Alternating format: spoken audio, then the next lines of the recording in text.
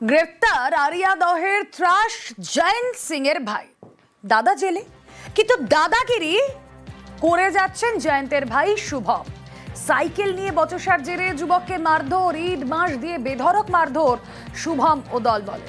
মারধরের পর গা ঢাকা দেয় শুভম সিং। কথা বলবো, প্রতিনিধি সুবীর রয়েছেন সঙ্গে। সুবীর, দাদার ছত্রছায়ায় বড় হয়েছে ভাই, দাদার দাপট ছিল এলাকায়, দাদার দাপট যে এখনো বজায় আছে, সেই লেগাসি কি মেনটেন করছেন জয়ন্ত সিং এর ভাই?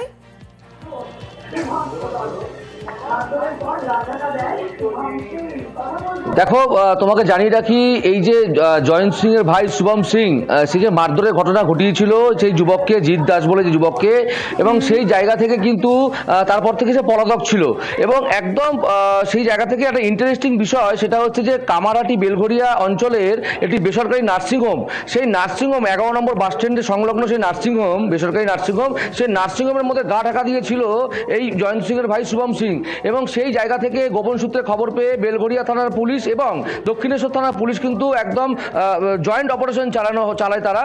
এবং সেই জায়গা থেকে কিন্তু সেই বেসরকারি নার্সিংহোম থেকে এই অভিযুক্ত জয়ন্ত সিং এর ভাই শুভম সিং, তাকে কিন্তু বেলঘরিয়া থানা পুলিশ প্রথমে গ্রেপ্তার করে, এবং সেই জায়গা থেকে কিন্তু গ্রেপ্তার করার পর দক্ষিণেশ্বর থানা পুলিশের হাতে তুলে দেওয়া হয়। অর্থাৎ এই যে একদম সুকৌশলভাবে এই যে বেসরকারি নার্সিংহোমে গা ঢাকা দিয়েছিল, কার মদতে ছিল, কোন জায়গা থেকে ছিল, সেই পুরো বিষয়টি কিন্তু তদন্তকারী আধিকারিকরা তারা কিন্তু খতিয়ে দেখছেন।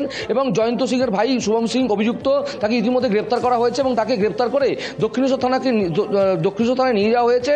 এবং তদন্তকারী আধিকারিক এই জয়ন্ত সিং এর ভাইকে কিন্তু তারা জিজ্ঞাসাবাদ করছেন যে কি কারণে তাকে মারধর করা হলো এবং গোটা বিষয় কি বিষয় রয়েছে।